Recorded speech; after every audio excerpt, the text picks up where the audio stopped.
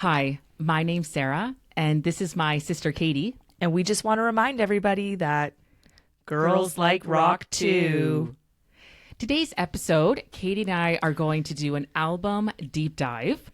And this is the first time that we're doing this on this podcast, devoting one episode to an album. A single album. A single album.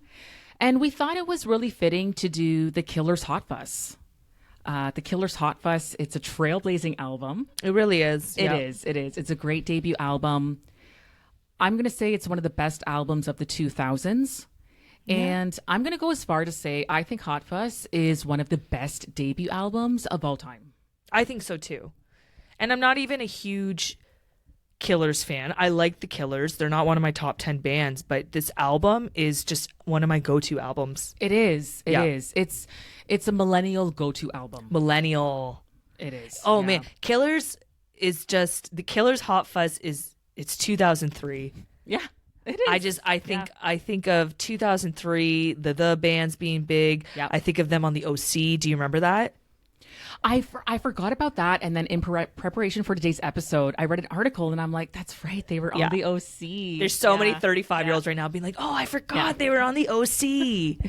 Yeah, it's a millennial staple. It is a millennial staple. And the Killers, and you can even tell from us just talking about it right now for millennials, nostalgia. Right? Nostalgia. We were in our late teens, early 20s. And it was just that era where people were starting to get MP3 players, but you still had people with CDs. Yeah, it's funny you mention that because when I was reading up on some reviews from like 2003, 2004, it's all the whole like streaming, just when it was starting, like iTunes. And this was a time when it's like, do you stream or do you still buy the album? Yeah. Right? At this time. Yeah, I remember one of my good friends, Janelle, she had the album at my 17th birthday party. She brought it over. We pulled out the old CD player and at a house party, you put on Hot Fuss. Yeah, right, for sure. So great, such a great debut album, and the Killers were kind of like a cultural force at this time, and they really added to that era of alternative indie rock music of the mid 2000s. I saw the Killers way back in like spring 2004 in Toronto. They were, get this, opening for Stella Star. If anybody remembers that band, Stella Star they were part of that early 2000s indie New York rock. Yeah. And the Killers were opening for Stella Star at the Mod Club. If anybody's from like Toronto area, that's not a big venue. It's not a big venue. Not so at all. Mod Club is a tiny venue, like 500 or 600. Yeah, the capacity, not big. And I just remember seeing them, and I like, these guys are pretty good. It's so funny. So when Sarah and I were talking about this episode and what we'd like to talk about, you reminded me of that. I forgot. I kind of vaguely remembered you saw them when they weren't big, but I forgot that it was such a small venue, and I forgot about Stella Star. Yeah. I was like, oh man, I don't even know if I could sing a song of theirs anymore. Yeah. Oh yeah, I know. They had that one song, and it's just funny because the Killers, that's the one band. I know some people be like, oh, I saw that band before they were huge. The Killers, that's just like the one band where Sarah's I can legit. I did see them before they were huge. No, and I vividly remember, so you were U of T when you first moved away from home. I was only in grade 11, and I remember you coming home for a weekend and saying, oh, Katie, you gotta listen to this band. I tell you. And I'm not just saying this to make Sarah look cool. She legit called it because you were like, you gotta listen to this band. This song is amazing. This band's gonna be big. Yeah. And you called it. Yeah. After that show, I have to say sorry to Stella Star, but it was the Killers that kind of blew me away. And I downloaded them. Sorry, the Killers. I did download you off of like a post LimeWire. Oh, maybe LimeWire. Remember? Probably LimeWire. Yeah. That was our go-to. Yeah. And I put it on my little 128 meg MP3 player. Everybody did. Yeah. And I remember thinking, this band's amazing. Like, and I think they were at that time getting maybe a little bit of buzz with Enemy. They were big in Enemy. So that's my story. That's my cool story. There you go. That's Sarah's cred. That's right. Yeah. So The Killers' Hot Fuss, released June 2004 in the US and the UK. Yeah. Commercial success. Yeah. The Hot Fuzz peaked at number 7 on the Billboard charts in the US, and it went to number 1 in the UK. Yeah. And this is according to Wikipedia. Yeah, so as of like 2012, it has sold over like 7 million copies, which is pretty good in an era when MP3s and streaming was like they were taking over CDs. Exactly. So I think that's good. Yeah, I honestly can't remember. I think I was still buying CDs at this time, so I probably did buy it on CD, I think. But exactly, this was the streaming, and I think it's one of the top streamed albums of the 2000s. So Sarah, like, why do you think Hot Fuss did as well as it did? Besides the fact that they're good songs. Yeah, they're great songs. It was just a great debut album. So the Killers came out at just this amazing time for music. I guess for me it was a special time because I was in my late teens, early 20s. Yeah. I remember when all this came out, and I have to say I loved it. The Strokes, the White Stripes. Yeah, you were huge on the Strokes and the White Stripes. Yeah, Black Rebel Motorcycle Club. I loved all of that. It was just such a great time for music because there was a bit of a rock lull for a few years there. And then these bands came out and it was just like guitars. Yeah. So great. And the Killers came out and they had a rock and roll vibe, but this kind of synth glam rock added to it. I was huge as a teen. I was into all of that. Joy Division, New Order, The Cure, Oasis. I loved it all. The Smiths. And you hear that in the Killers. Well, when I read up on Hot Fuss, a lot of comparisons to Duran Duran. Yeah. Which I can see. Yeah. A lot of comparisons to The Cure. Yeah, for sure. Which you were a huge, and still are a huge Cure fan. Totally. Yeah. Like you said, that 80s synth sound they really brought in. Yeah. But they updated it with their own vibe. Yeah. And the cool thing about the Killers is all those bands I mentioned, not all of them, but that was heavily in like the New York area, New York and the UK. And so the Killers kind of brought their West Coast vibe into all of this. Yeah. I will say shout out to the BRMC because they are from San Francisco. So they're a part of that. But the Killers, like coming from Las Vegas, it kind was of random, eh? Kind of random. Yeah. But they kind of added that vibe into their music. Yeah. So it was this mix of like West Coast with clearly like a lot of British influence. Yeah. Which I just loved. And I thought they did that so well. The album is exciting. And I think it just, at this time you had Interpol and 2004, Franz Ferdinand's debut album came out. They got big. So like I said, just a really exciting time. And the Killers helped with that. They added to that alt rock. I like that you call it exciting. It was exciting. It was exciting. New. It was something fresh. It was fresh. Yeah. It was at the time. And Katie and I, we talk a lot about 90s American grunge and 90s UK Britpop. Very exciting times with this alternative music and these alternative personalities that hit the charts. Yeah. Like kind of these outsiders, if you will. Eddie Vedder, Noel Gallagher, Billy Corgan, Brett Anderson. And you kind of had that with this alt rock time. Yeah. I don't know. I just felt that like, and Brandon Flowers. Well, Brandon Flowers, to me, he's kind of an enigma. Yeah, he is in the way that because the people that I mentioned just before. It's funny. Yeah. I was reading up on Brandon, and he grew up Latter-day Saints. Yeah. Like pretty into the church. Yeah. And what's interesting about him is I believe he still is into the church. I don't know. I think he's still practicing into it, okay. which I don't know. Yeah. I found that really interesting. And he explained how growing up in Vegas was good for him being in the rock and roll world, because how being a practicing Mormon in rock and roll, a lot of temptation, a lot of crazy stuff you see. And he said growing up in Vegas just prepared him for the rock and roll world. Yeah. No, that's a really good point. Because it seems like Brandon Flowers and the main guitarist, apologies, I don't know his last name, Dave, they keep a pretty low profile, like all the four guys. You don't hear too much about them. Even when you go onto Wikipedia, the personal segment of Brandon, it's very short. There isn't that much on him. He's married, he has a few kids, but they really didn't make headlines for weird, crazy behavior. No Liam Gallagher type.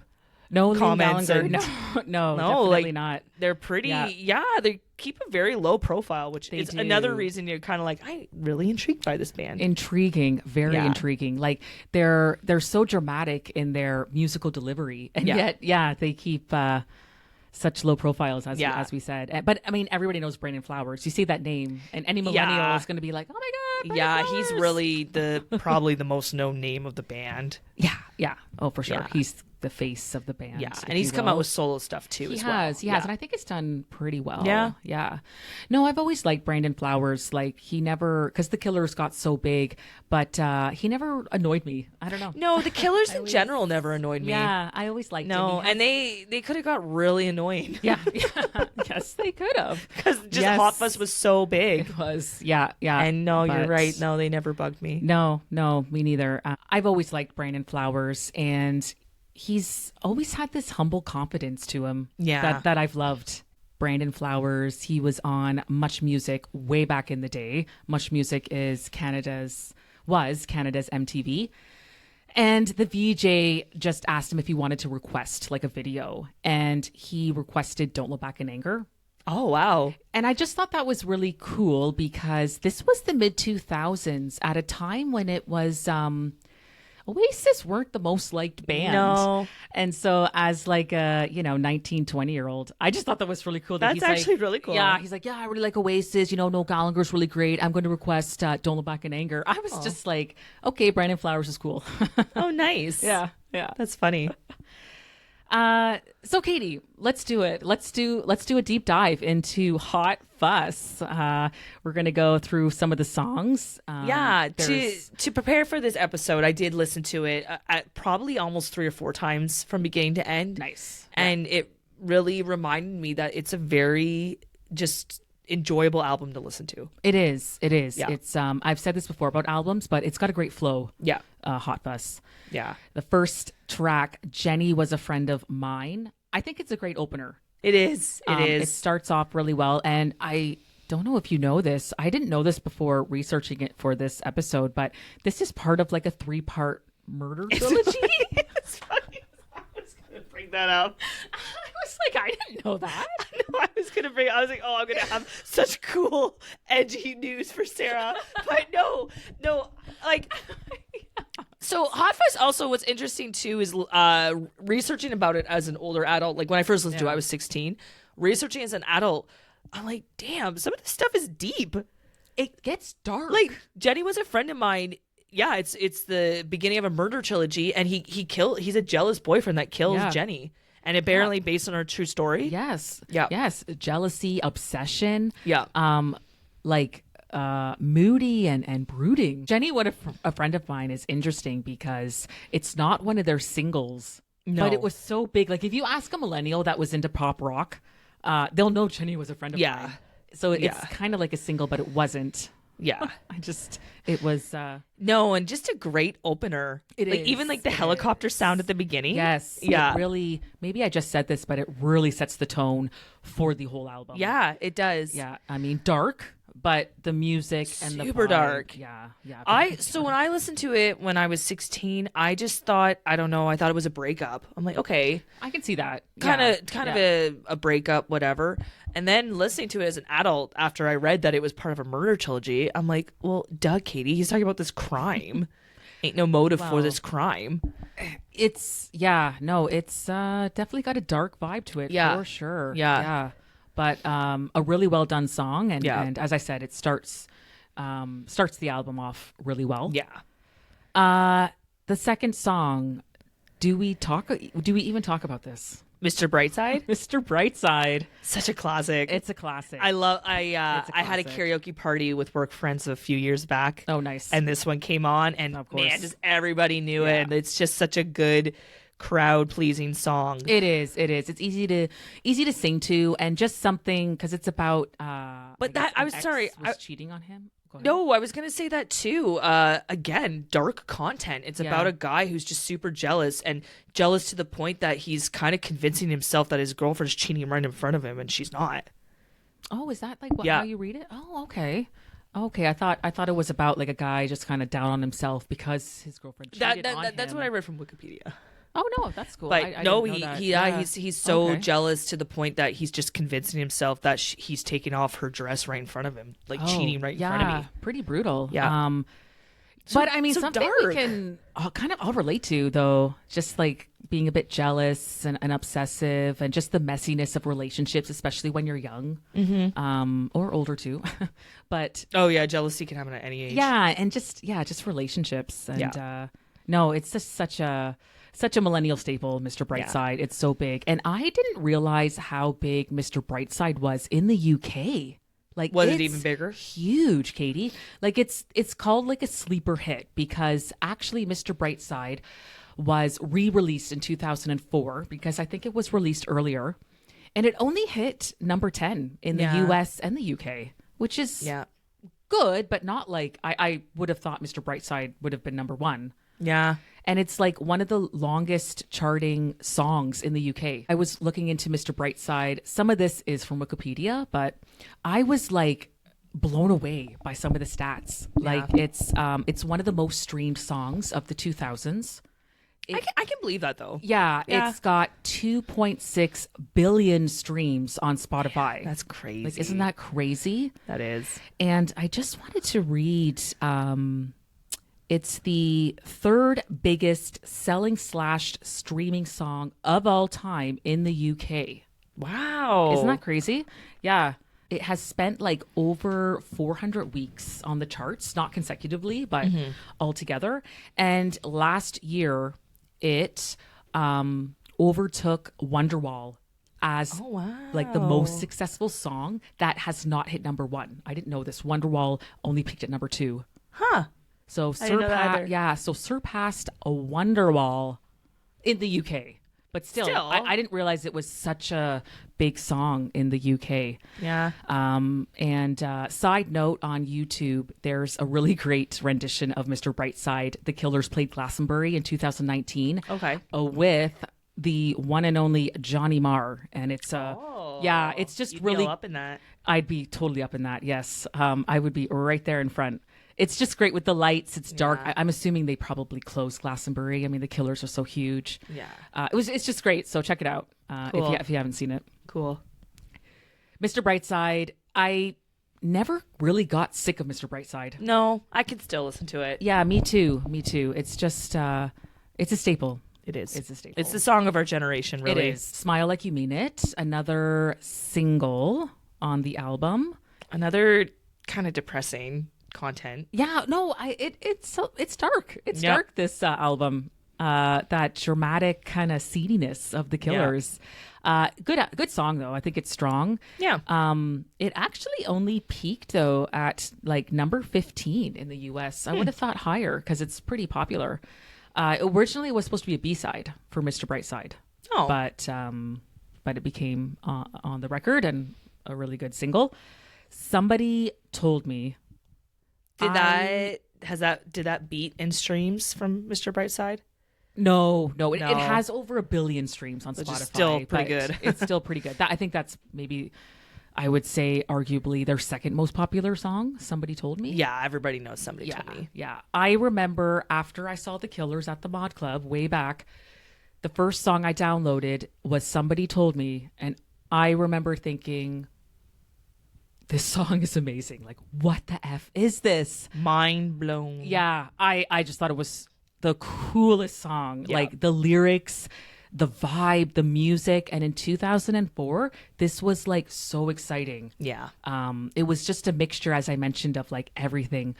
I really like this song, and it has a special place in my heart because this was really my introduction to the Killers. Yeah. That first song I downloaded. Mine It's too. so good. And as I said, I remember you coming home for the one weekend and telling me, like, you gotta listen to this song, Katie. This band's gonna be huge. Yeah. And you called it. It's such a good song. Video, to somebody told me, it reminds me of New Order's Crystal. Totally. Which is what the Killers are named after. Yeah, the drum band. kit. Yeah, exactly. But it's cool because it is kind of like that, but they do it in the desert. Yeah. So kind of like this is our musical influence, but this is where we're from. Yeah. I don't know. I just thought that was a cool mix. Good blend of both worlds. Exactly. And they made it their own. Like now, hey, we're the Killers. And I don't know. I thought it was going cool. on the topic of their music videos, this actually is a good segue into the next song, All These Things That I've Done, because that is like Depeche Mode, Personal Jesus. Oh, yeah. That video. Yeah. You're totally right. Yeah. I didn't come up with that myself. I read that, but it's true. No, you're right. I watched it last night for today. Depeche Mode, which is surprisingly a band that has not been brought up on the Girls Like Rock 2 podcast. Which Depeche Mode is one of our staples. Stay tuned. A whole episode devoted to Depeche Mode, definitely, for sure. But the whole 80s synth thing, we talked about Duran Duran, New Order. I could see the Killers also getting influence from Depeche Mode. Yeah, no, that's right. Yeah. I didn't know. I love All These Things That I've Done. That is arguably, probably for me personally, my favorite song on the album. Yeah, it's a great song. It's so strong. It's strong, and it just reminds me of... I just feel like it's a song where you're going through a hard time, but it tells you to hold on. Yeah. So it's actually maybe one of the more, excuse my words, bright-sided songs of the album. Yeah, a little bit more hope. Yes. Glimmer of hope in there. Little glimmer of hope. Yeah. And I just love that I got soul, but I'm not a soldier. Exactly. That's what I mean. It's a nice song in that sense. It is. Yeah. It is. It's such a great anthem song that you could sing to for a concert. So good. So it's often critiqued that the first half of the Killers' Hot Fuss is like the stronger half. And I guess I could see that because it has all the singles. Yeah. But I have to say, I did like the second half of the Hot Fuss. I think all songs are really good. I really liked Change Your Mind. I know it's kind of a lighter romantic. Maybe that's why it's a bit more one of the cheerful ones. Yeah. I thought it was great. The guitar riff. It's actually not on the UK version. Oh, really? Change Your Mind? I didn't know that. No, just on the US or Canadian one. I love Andy, You're a Star and Believe Me, Natalie. Yeah. Yes. I like those both. are both really good. Yeah. Again, the synth, the guitar, the drum beats. He does a great job. The bass lines on all of that. And then Midnight Show, definitely more aggressive. Yeah. Part of the murder. Part of that murder trilogy. Yeah. And then Everything Will Be All Right. I think it's pretty good. And then I don't know if this song is on all the versions, but Indie Rock and Roll. Indie Rock and Roll often kind of, I don't know, I don't think it gets great reviews. No. But I like it. It's a bit cheesy, but I just think it sums up that era really well. Yeah. And I can relate to it, Brandon, as a fellow millennial who was super into like New Order and all of that. Yeah. You loved all that stuff. Yeah, that song. That's kind of what it's an homage to all that, right? Yeah. So I think it's a cool way to end the album. Well, I mentioned that All These Things That I've Done is my favorite song off the album. Do you have a favorite song, Sarah? I gotta go with Somebody Told Me. Yeah? Yeah. Oh, wow. It was the Did it first stick song. with the yeah. It's so good. Like a non-single, probably Change Your Mind. Yeah? I always liked that one. Yeah. It's a nice one. Yeah. Honestly, even just us talking about the album again makes me want to go home and listen to it. Oh, yeah. On my, I have a pretty long commute to work when I do go into the office, and I listened to it quite a bit in the last couple of weeks. Yeah. And it's just such a great album to put on when you're driving and in the order that it's on the record. It's just such a great flow. Yeah. It's so good. And just nostalgia for a millennial. I think there's going to be a lot of millennials listening to this episode thinking, oh, yeah, I forgot about that album. I'm going to dust it off and listen to it again. Yeah. And I think to sum up this whole episode, 21 years later, this album still holds up. Listening to it now, it's still really good. Man, 21 years. It's a classic. Thanks so much for listening to us. We really appreciate your time. Katie and I post a new episode every other Friday. The podcast is on YouTube and Spotify. And we just want to remind everybody that Girls Like Rock too. And don't forget to hit subscribe.